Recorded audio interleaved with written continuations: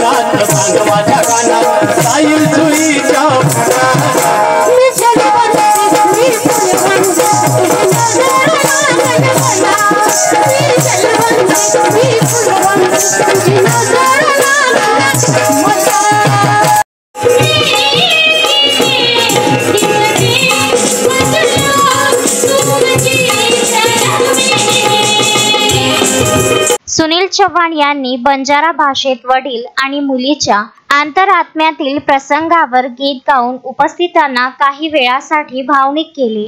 संगीतमय मंगलाष्टके सादर करून कार्यक्रमाची सांगता झाली। यावेळी बरीच पाहुणे मंडळी हजर होती। शरद बेडेकर सह किशोर पवार, विदर्भ न्यूज, आर्णी।